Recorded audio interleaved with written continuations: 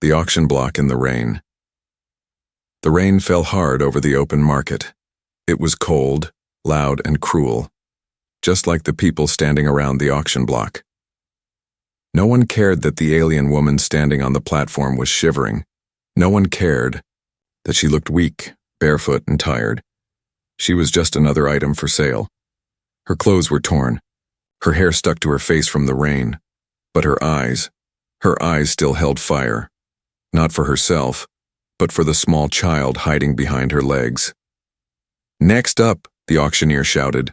"One adult female, weak bones, maybe 30 moons left in her, but still has some use." People laughed. A few muttered, "Too old." Someone threw a rotten fruit. It hit her arm, and she didn't even flinch. The child behind her whimpered. She turned quickly, kneeling in the mud. "Shh, don't cry," she whispered, her voice shaking. "Mama's here, I'll fix everything, just be brave." The auctioneer growled, "Get up. This ain't a show. People don't want a soft mother. They want obedience."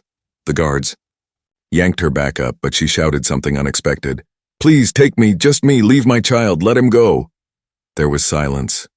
The crowd murmured. The child was only 4 or 5, small, thin. He held her hand tightly, his eyes full of fear. A rough voice shouted, "No one wants both. You're lucky if someone wants you at all." The auctioneer smirked. "Let's start at 5 credits. 5. Anyone?" A few voices laughed again. 3. 2. 1. Half a credit. The crowd roared with laughter. But then, someone stepped forward from the shadows. A human man. He was tall, soaked in rain, a travel bag over his shoulder. His face showed no emotion, but his eyes, they were calm. Cold but calm. He looked up at the platform, at the alien woman, at the shaking child behind her, and then he raised his hand. 10 credits, he said. The crowd fell silent. 10 credits? For her? The auctioneer blinked. You want them both?" The man nodded. "Yes." "Are you sure? She's already past her best years. And the child is useless." The man didn't blink. 10, for both. Final. The auctioneer didn't argue. He slammed his hammer. "Sold!" The guards pushed the woman forward. She tripped in the mud but kept the child close to her chest. She didn't understand. Who was this man? Why had he done this? "Please," she whispered. "Let me see my child once more before you separate us."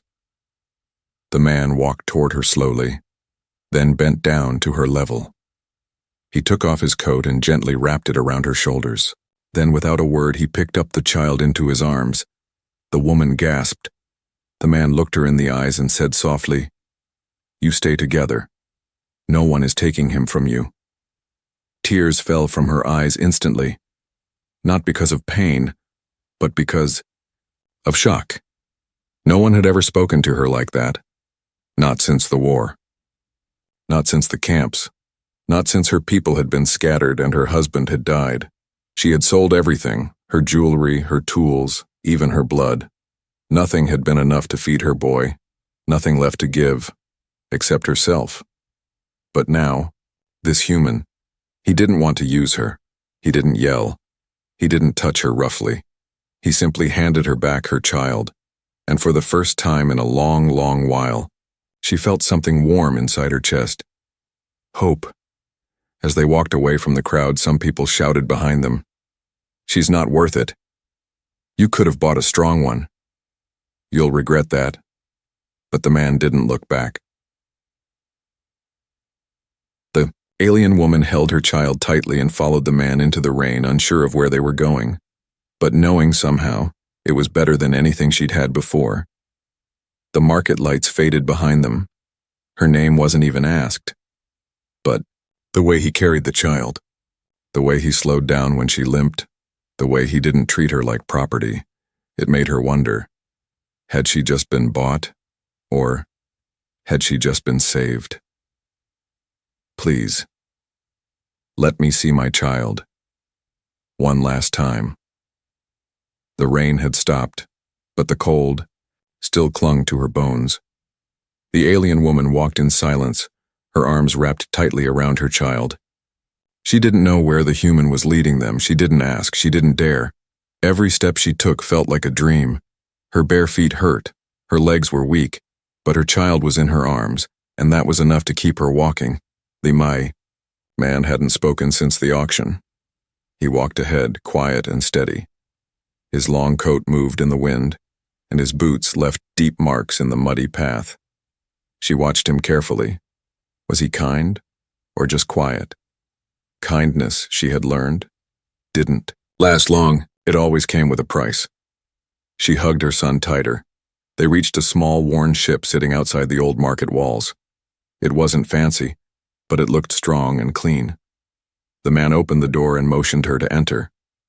She stopped at the entrance. Please, she said softly, her voice barely louder than a whisper. Let me see my child one last time before you take him. The man turned. He looked at her for a long second, then spoke gently. He's not going anywhere without you. She blinked, confused. He stepped aside. Come inside. You're safe here. Still shaking, still unsure, she stepped into the ship. Warmth. The air inside was soft, dry, and warm. Her tired body nearly collapsed just from the comfort. The lights were dim and gentle, not like the harsh lights of the camps or the trader ships. The human guided her to a small resting area. He laid out 2 clean blankets and brought out a food pouch from a metal shelf. The smell of warm broth filled the room. Her child's eyes lit up. The woman stared, speechless. He handed the food to the child first. Eat slowly, he said. Then he turned to her. Sit. You need rest too. She didn't move. Her mind was racing. She had sold herself.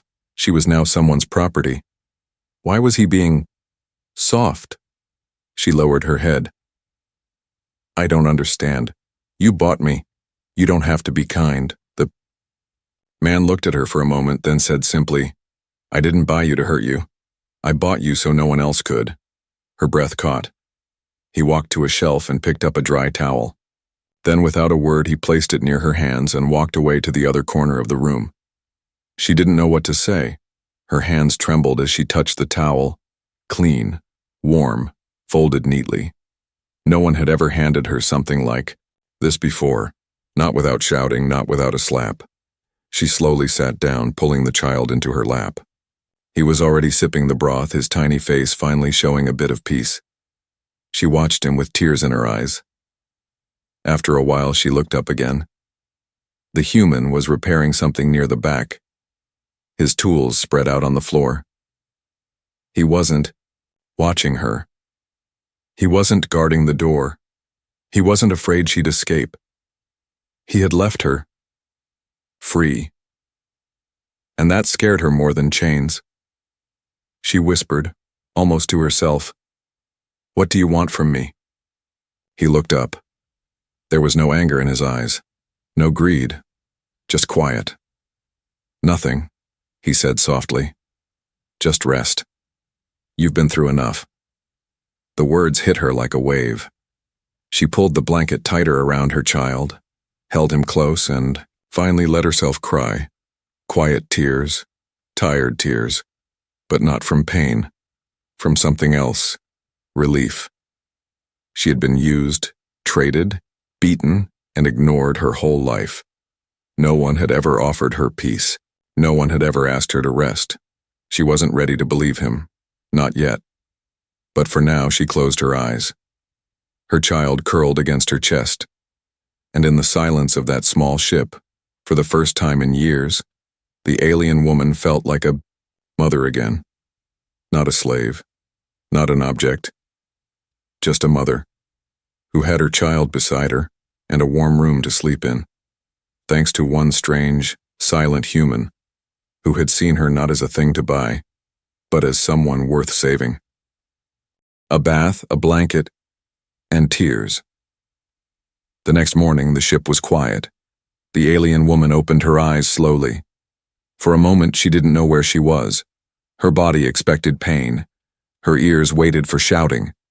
But there was only silence, and the soft sound of her child's breathing. He was asleep beside her, wrapped in a real blanket. His face was calm, his tiny hands holding the corner of the fabric. She watched him for a while, almost afraid to move. Then she noticed something strange. A clean set of clothes was folded near her feet. Next to it, a soft towel. Beside that, a small device with blinking lights. She realized it was a portable bath unit. Her eyes widened. She had seen such things before, used by the rich or powerful. She had never touched one. A small note sat on top. It was written in simple words, easy to read. You deserve to feel clean. No one will disturb you. I'm outside, Jace. She read it twice. Jace. The human had a name. She stared at the note, her hands shaking. Was this real? Her child stirred. She gently kissed his forehead and stood up, still wrapped in the blanket. The bath unit opened with a soft hum. Warm steam rose from the basin.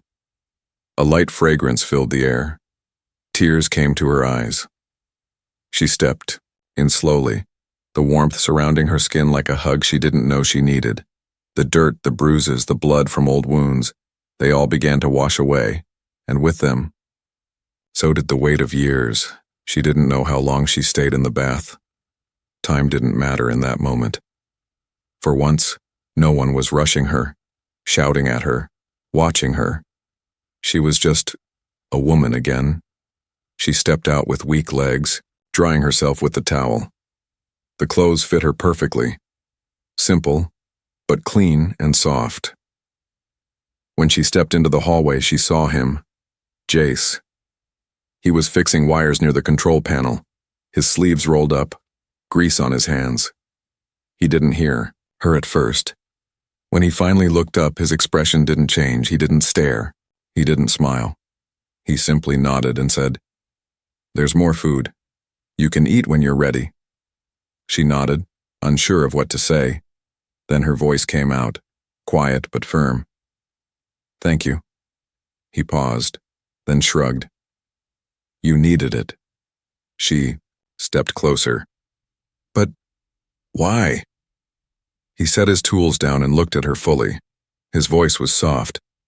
"Because you were dirty, but not by choice. No one should live like that, not you, not your boy." She didn't speak. He pointed to a small seat near the table. "Sit, rest, eat something. You don't have to ask me." She sat slowly. He poured her a cup of broth and placed it in front of her. Her hands trembled as she took it. She wanted to cry again, but not from fear. From confusion. From kindness she didn't understand. "You didn't give me your name," he said quietly. She looked up. "My name was lost when my people were taken." He nodded once. "Then choose a new one." She blinked. "I don't deserve a name," she whispered. He shook his head. "You deserve more than just a name." She lowered her eyes. Her heart ached. No one had ever said things like this to her. Not even her own kind. Her child woke up and ran to her, laughing softly. His little hands reached for the broth. She shared it with him, smiling for the first time in so long it almost hurt. Jay stood back, letting them be. Then as she fed her son, she asked carefully, "Are we your slaves now?" Jace froze. He looked at her seriously and said only one thing. "No. You're free." She felt the words hit her chest like thunder. So simple. So powerful. Free. She looked down at her son, then at the food, at the clean clothes, at her hands no longer chained. Tears finally spilled over her cheeks. Quiet tears. Shaking tears. Her son noticed and hugged her tightly. "Mama, why are you crying?" She smiled through the tears. "Because we're safe." And across the room, Jace picked up his tools again, letting them have the moment, because he didn't want thanks. He just wanted them to be whole again. Why are you so kind?" The sky outside the ship was turning gold. The alien woman stood, near the window, watching the strange sunlight touch the distant hills. Her child was sleeping again, curled up in a warm corner with a small toy Jace had given him, an old pilot figure with one arm missing. She still didn't know what to make of it all.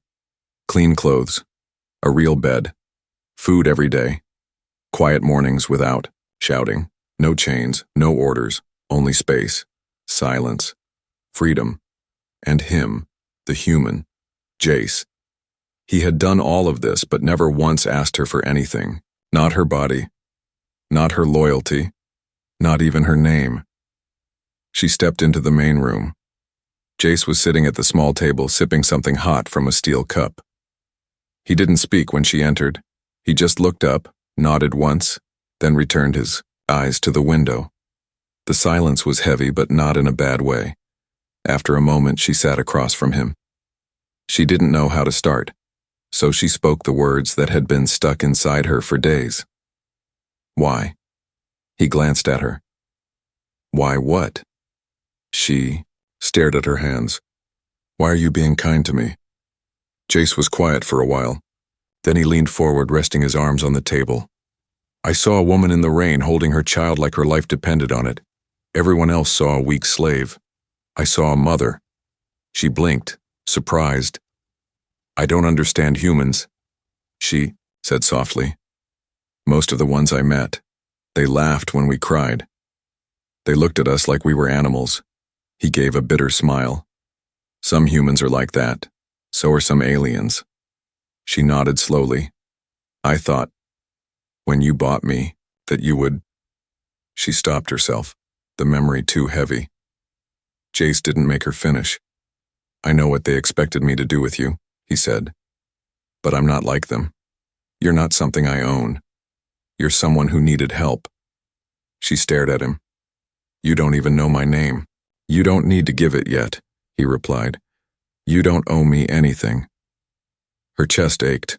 No one had ever said that before, not after the fall of her colony, not after the camp guards, not after being sold to a dozen masters before.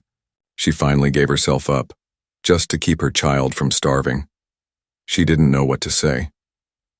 Jace stood and opened a storage locker. He pulled out 2 small cups and poured warm liquid into them. He placed one in front of her.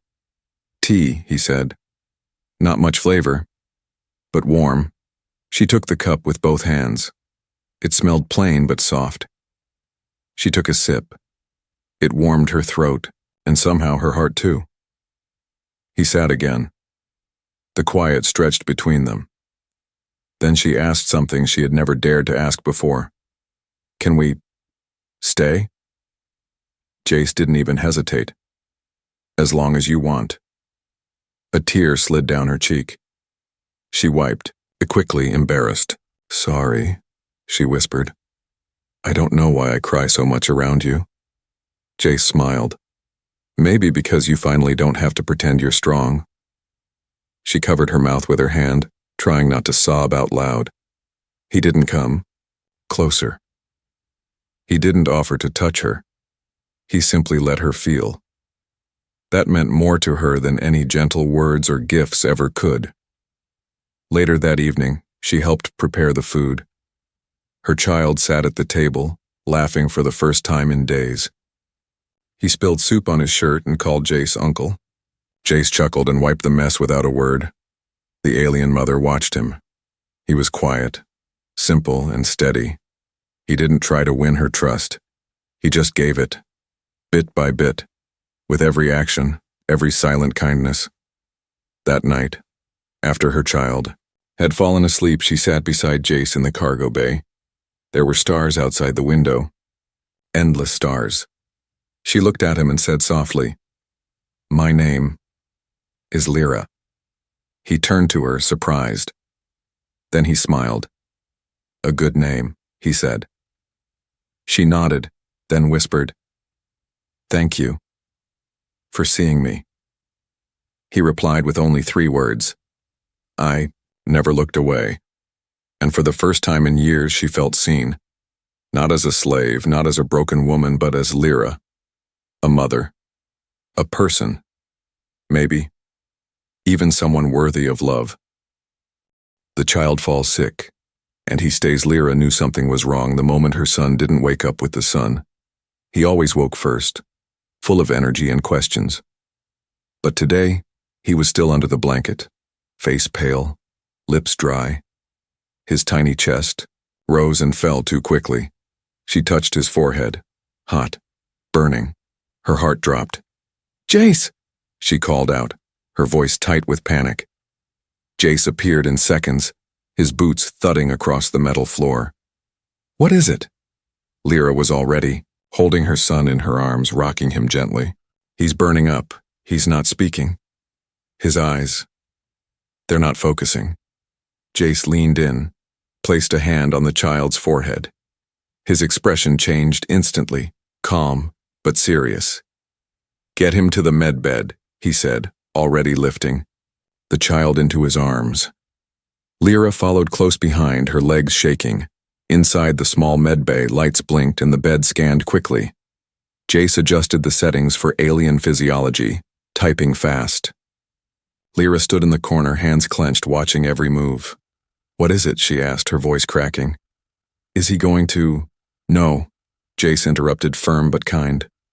"He's got a high fever and dehydration, but I've seen worse." The scanner caught it early. He hooked up a small IV, adjusted a monitor, and placed a cooling patch on the boy's chest. He moved with purpose, like someone who had done this before. Lyra couldn't stay still. She paced, her eyes filled with tears. "I should have known. I should have seen it sooner." Jace turned to her. "You're exhausted. You've been in survival mode for too long. This isn't your fault." She looked at him, shaking. "But what if I lose him?" "You won't," Jace said, his voice calm but firm.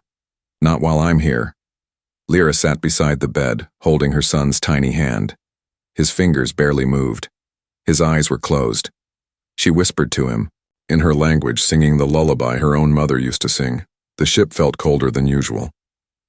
Jace stayed nearby. He didn't leave, not even to rest. He sat in a chair watching the monitors, adjusting medication, changing towels. An hour passed, then 2, then night came. And still, he stayed. Lyra looked up at him in the dim light. His eyes were tired. He hadn't eaten. He hadn't complained. "You should sleep," she whispered. Jace shook his head. "Later. You've done so much. I'll do more," he said. She looked at him, really looked at him. This wasn't just a man who had bought her. This was someone who chose to protect them. Even when it cost him time, energy, comfort. He could have sold them again, left them at a shelter, ignored the cries. But instead, he was here, wiping her son's forehead, watching his heartbeat, whispering small encouragements. "He called you uncle," Lyra said softly. Jace gave a tired smile. "Yeah, he's got good taste." Lyra gave a weak laugh. Then silence filled the room again. Around midnight, the fever finally started to drop. The boy shifted slightly, his eyes opening just a little. "Mama?" Lyra gasped. "Yes, baby. I'm here." Her son reached toward her, and she wrapped him in her arms, holding him like she'd never let go again. Jace stood, stretching quietly. "You did it," Lyra said. "No," Jace replied. "He did. He fought." Lyra looked at him with new eyes. She had known hunger, fear, pain. But this steady kindness, was something unfamiliar and powerful. "Why didn't you give up on us?" she asked. "Most would have." Jace looked her in the eye. "Because I've been given second chances too. And because I think you and your son deserve more than just survival." Lyra didn't speak. She simply nodded and held her son closer. She didn't have the words. But something inside her changed. This human wasn't just her rescuer anymore. He was family now. And as her child drifted back to sleep, wrapped in safety, Lyra reached out and gently touched Jace's hand. Not out of fear. Not because she owed him anything, but because for the first time, she trusted him. You could leave us, but you didn't. The child was getting better. He could now walk again, eat small meals, and even laugh softly. The cough was almost gone and color had returned to his face. Each morning he would climb into Jace's lap without hesitation, holding onto his shirt like a little shadow. Lyra watched it all quietly. Every time her son laughed, her chest felt both light and heavy. Light because he was alive. Heavy because she hadn't given him that joy. Jace had. One evening, after a quiet dinner, Jace sat repairing the ship's control panel. Sparks danced at his fingertips as he adjusted a broken fuse. Lyra leaned against the wall nearby, holding a folded cloth in her hands. She cleared her throat. Jace didn't look up. Something wrong? No, she said quickly. I just wanted to ask something. He waited. She looked at him with steady eyes. You could have left us. After the auction. After my son got sick. Even now. Jace paused his work. I know, he said. Why didn't you? She asked. Jace didn't answer right away. He leaned back, setting down the tool, and wiped his hands. Then he looked up at her. Because no one stayed for me either, he said. Not when I was young, not when I got sick, not when I lost my crew. I promised myself, if I ever saw someone as lost as I was, I wouldn't walk away. Lyra's hands tightened around the cloth. He wasn't just helping her. He understood her pain. You said you lost your crew, she whispered. What happened? Jace looked away. A rescue mission. Too late. I was the only one who made it out. I still hear their voices sometimes in my sleep. Lyra stepped closer, slowly. You carry pain, she said gently. He nodded once. We both do. There was silence for a moment. Then Lyra said softly, maybe we can carry it together. Jace looked at her again. In that quiet moment, something passed between them. Not love. Not yet. But understanding. A promise. A beginning. The next day they landed on a small outpost to restock supplies. Lyra stayed on the ship with her child while Jace went to the market. But the people there had already heard rumors. A human man traveling with a cursed alien mother and her weak son. Must have lost his mind. Probably took her for company. Jace ignored them. He walked past the stairs, bought medicine, food, a warm coat for the boy, and even a comb for Lyra's hair. But when he returned to the ship, he found Lyra standing at the ramp, arms crossed, eyes stormy. I heard what they said, she said. He sighed. You shouldn't listen to them. They think I'm filth, she said bitterly. A used thing, they think you're a fool. He looked her in the eyes. Are they right? He asked quietly. She blinked. No, she whispered. He stepped. Closer. Then forget them. She looked away. You'll get in trouble because of us. Jace held the coat up toward her son. Then let trouble come. I'm not leaving you. Her throat tightened. She took the coat, knelt, and helped her son into it. He smiled up at her. Then at Jace. Papa, the child said softly. Lyra froze. She looked at Jace, stunned. He called you. I heard. Jace replied, his voice rough. Lyra's eyes filled with tears. I've never seen him look at someone like that, she whispered. Not since. She stopped. She couldn't speak her husband's name. Not yet. But Jace understood. I won't take his place, he said gently. But I'll be here if you'll let me. She looked at him, really looked at him, and then slowly she reached out and took his hand. It was the first time she had touched him without fear, without doubt, without a reason. Only trust. You're not just our shelter anymore, she said. You're home. Jace's fingers tightened around hers, and in the warmth of that hold, under the fading light of a strange world, the broken mother, the sick child, and the lonely man became something they never thought they'd have again, a family. Not for sale anymore. She's his family now. The stars above the quiet planet blinked like soft candles. Jace sat outside the ship, watching the night sky. The campfire in front of him crackled gently. He held a metal mug of tea in one hand, his other resting on his knee. He looked peaceful, but his eyes held something deeper. Inside the ship, soft laughter echoed. Lyra and her child were playing a simple game with old metal chips and colored beads. It wasn't fancy, but it was the first time laughter had truly returned to her voice. Jace listened from outside. A small smile tugged at his lips. When Lyra finally stepped out into the cold air, she wore the coat Jace had repaired for her. It was too big, but she pulled it close around her. Her hair was tied back with a small ribbon her son had made from spare cloth. She walked to the fire and sat beside Jace. They didn't speak at first. The fire filled the silence between them. Then she said softly, "He's asleep." Jace nodded. "He's stronger now. Like his mother." Lyra smiled faintly. "You gave him strength. You gave me peace." She looked into the flames, then turned her gaze to Jace. Her voice was quiet but steady. "Do you remember the day you found us?" Jace nodded once. "I remember the rain." "I thought I was at the end," she said. "I had nothing left to give. Not even my name." Jace turned toward her. "You had something. Something stronger than anyone there could see." "What?" she asked. He gave her a gentle look. "You had love." Lyra blinked, her chest tightened. "No one ever saw that before," she whispered. "I did." They sat in silence again.